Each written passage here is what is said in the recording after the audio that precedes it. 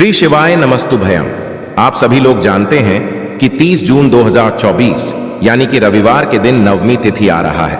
दोस्तों, इसी दिन किया जाने वाला पंडित जी द्वारा बताया गया 7 चने की दाल वाला उपाय आप लोगों को जरूर करना चाहिए, क्योंकि दोस्तों यह एक ऐसा उपाय है जो कि इस उपाय को करने के बाद दोस्तों आपको पूरे कोई और उपाय को करने की जरूरत नहीं है, क्योंकि सबसे बड़ा और सबसे नया यह उपाय पंडित जी ने अपनी अभी की सीहोर की कथा में ही बताया है।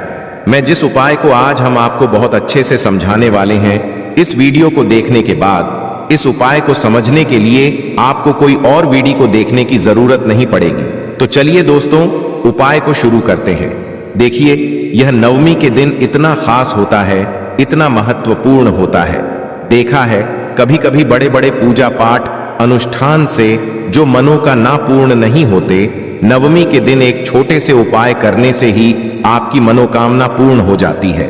और बहुत सारे लोगों ने इस उपाय को किया भी है और उनको इस उपाय को करने का फल भी जरूर मिला। अगर आप लोग भी इस उपाय को नवमी के दिन करना चाहते हैं तो आप इस उपाय को पहले अच्छे से समझ लेना, सुन लेना, उसके बाद करना, ना आपको इस उपाय का फल जरूर मिलेगा। और इस उपाय को कर लेने से आपके घर में चाहे किसी भी प्रकार की दुख और समस्या क्यों ना चल रही हो, आपको उसका कारण भी नहीं पता है कि भाई यह समस्या किस कारण से चल रही है। उसका कुछ भी कारण हो सकता है, जैसे पितृदोष हो सकता है या किसी भी तरह का मंगल दोष भी हो सकता है, और भी बहुत तरह के दोष होते हैं, कुछ भी हो सकता है। पर आपको इस उपाय को करने के लिए अपने दोष को पता लगाने की भी जरूरत नहीं है। नवमी के दिन इस 7 चने की दाल वाला उपाय को आप लोगों को कर लेना है। यह एक ऐसा उपाय है जिस उपाय को अगर किसी विशेष दिन पर किया जाए तो भाई उस विशेष दिन का जो है वह तो हमें मिलता ही मिलता है। पर हमने उस दिन पर इस 7 चने की दाल वाला उपाय को किया है तो हमें उससे भी बड़ा फल मिलता है, और फल बहुत जल्दी मिलता है, क्योंकि आप इस उपाय को बहुत ही बड़े और विशेष दिन पर कर रहे हो, क्योंकि नवमी के दिन बहुत ही ज्यादा बड़ा होता है। इसीलिए दोस्तों आज की इस वीडियो में हम आप लोगों को 7 चने की दाल वाला उपाय समझाएंगे, जिस उपाय को करने से अगर आपकी किसी भी प्रकार की मनोकामना है, किसी भी प्रकार की दहक और परेशानी है, सबसे ज्यादा समस्याएं आपके जीवन में ही हैं। अगर आपको धन प्राप्ति नहीं हो पा रहा है, रुपए पैसे की आपके घर में लगातार दिक्कत परेशानियां चलती चली आ रही हैं, आपका व्यापार, आपकी नौकरी अगर अच्छे ऐसे नहीं चल रहे हैं, जिसकी वजह से घर में लगातार आर्थिक समस्याएं बनी रहती हैं, घर का कोई ना कोई सदस्य अगर बीमार रहता है, आपस में एक दूसरे से लड़ाई झगड़ा होता रहता है, किसी की अगर बनती नहीं है, तो पूज्य गुरु जी ने कहा है कि जब आपके जीवन में ऐसी परिस्थितियां आ जाएं कि आप एक रुपए खर्च करने से पहले कई बार सोचने लगे हो, आपको धन प्राप्ति अगर नहीं हो पा रहा हो, तो आपको सिर्फ और सिर्फ 7 चने की दाल वाला उपाय ज्येष्ठ नवमी के दिन से शिवलिंग के सामने एक ऐसा विशेष उपाय करना है जो आपकी इन सारी समस्याओं को सिर्फ 7 दिन के अंदर ही समाप्त कर देगा। तो अब उसके बाद में दोस्तों यह वाला जो उपाय है ये किसको करना है, तो देखो घर का जो बड़ा और मुख्य सदस्य होगा उसी व्यक्ति को यह वाला उपाय करना है।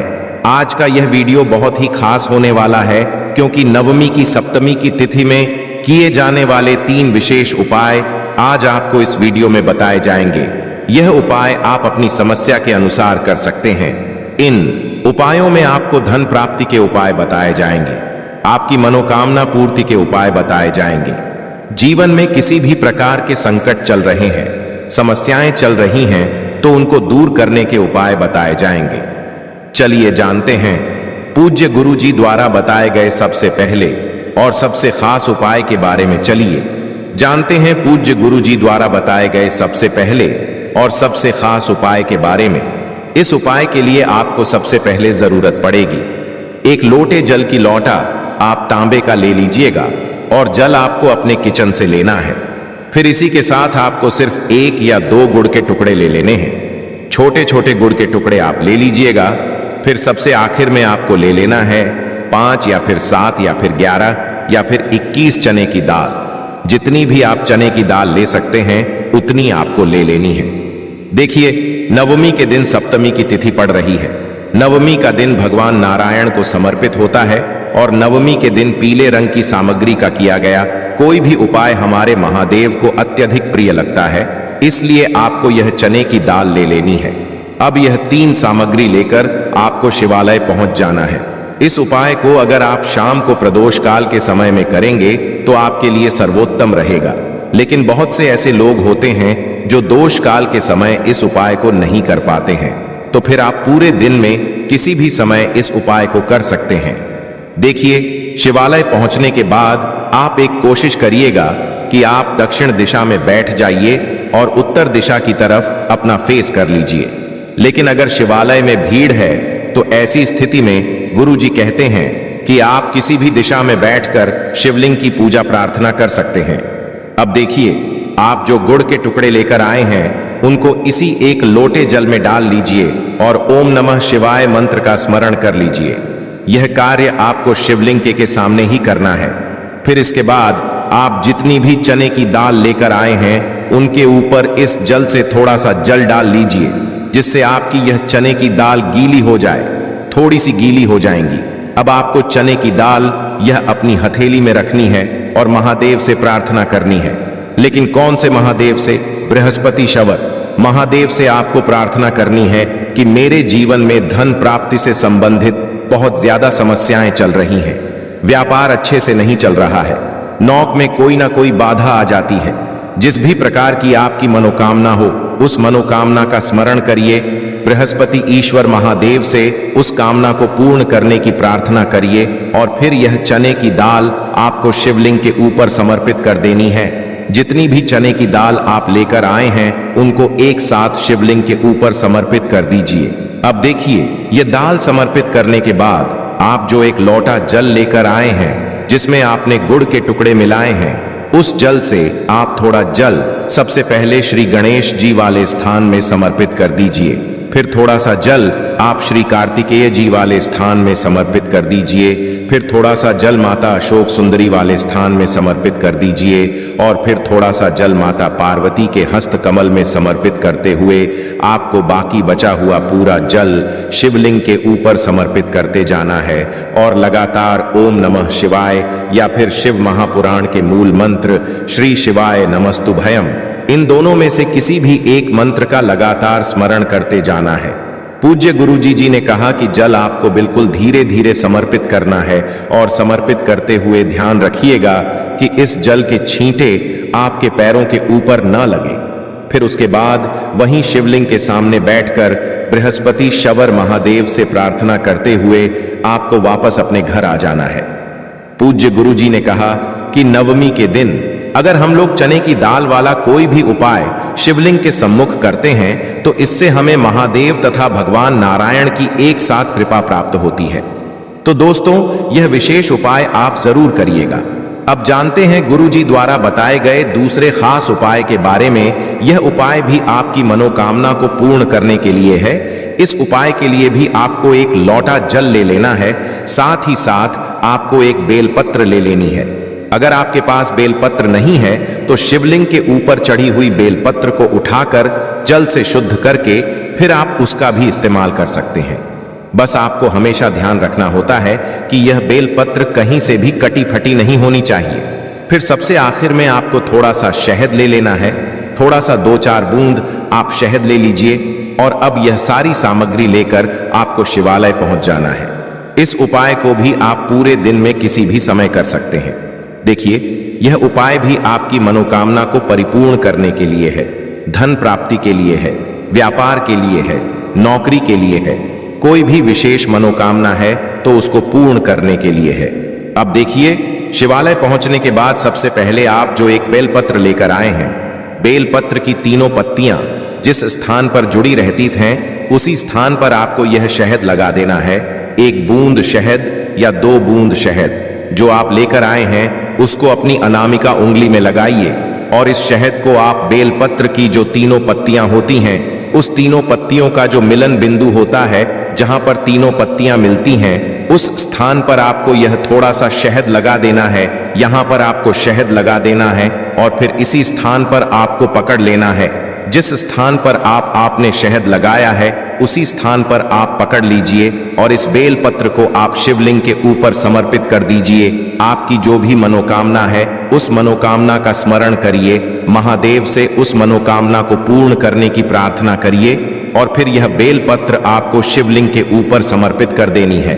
ध्यान रखिएगा, बेलपत्र की जो चिकनी साइड का हिस्सा है वह शिवलिंग में टच करेगा और बेलपत्र की डंडी जलाधारी की तरफ रहेगी। इसके बाद आप जो एक लौटा जल लेकर आए हैं उसको धीरे धीरे इसी बेलपत्र के ऊपर समर्पित करते जाइए और लगातार ओम नमः शिवाय या फिर श्री शिवाय नमस्तुभयम, इन दोनों में से कि किसी भी एक मंत्र का स्मरण करते जाइए।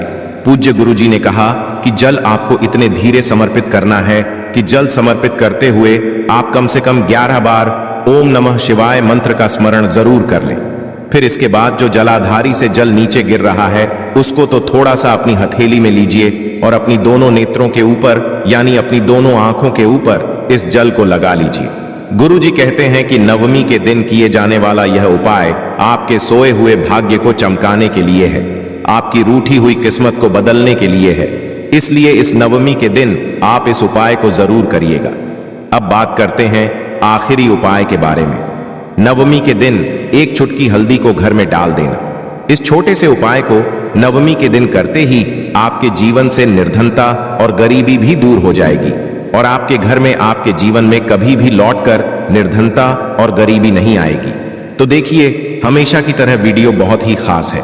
एक चुटकी हल्दी जो आपको अपने रसोई घर में, अपने किचन में ही बहुत आसानी से मिल जाएगी। इस एक चुटकी हल्दी से आप अपने जीवन के इतने बड़े बड़े दुख और कष्टों को दूर कर सकते हैं जिनके बारे में आपने कभी कल्पना भी नहीं की होगी।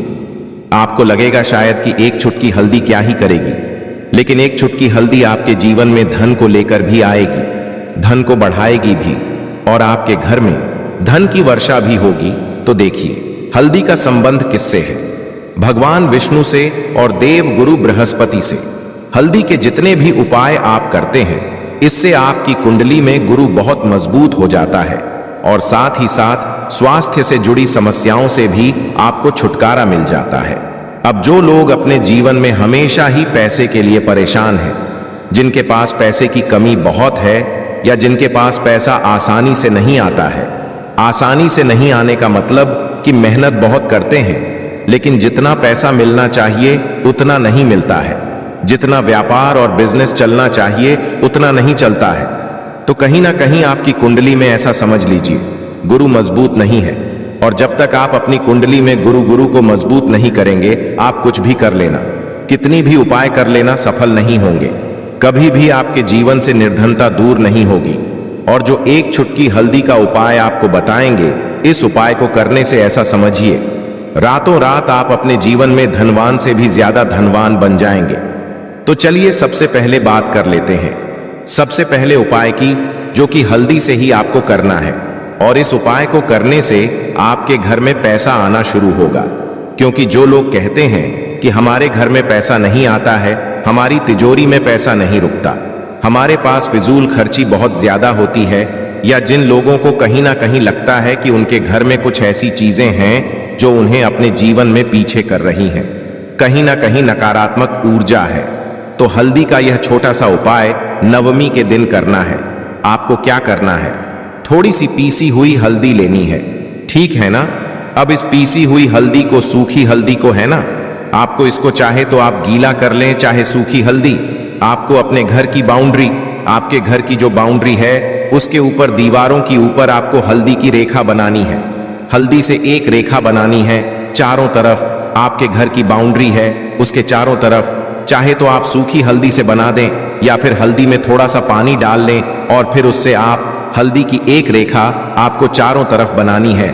इससे होगा क्या? सबसे पहली चीज कि आपके घर में कभी भी नेगेटिव एनर्जी, नकारात्मक ऊर्जा प्रवेश नहीं करेगी। और दूसरी चीज कि आपके घर में हमेशा पॉजिटिव एनर्जी, अच्छी ऊर्जा बढ़ेगी। जिस घर में हल्दी के उपाय किए जाते हैं वहां देवी देवता वास करते हैं। देखिए, हल्दी के उपाय करके ऐसा नहीं कि आप अपने जीवन से गरीबी और निर्धनता को दूर करते हैं, आप अपने जीवन के हजारों लाखों कष्ट और दुखों को दूर कर देते हैं। हल्दी आपके स्वास्थ्य को भी उत्तम करती है, हल्दी आपके पैसे को बढ़ाने का काम भी करती है। तो यह पहला उपाय तो विशेषक जरूर करें, जिससे कि कभी भी आपके घर में नेगेटिव एनर्जी ठहरे ना और आपके घर में घुस ना पाए।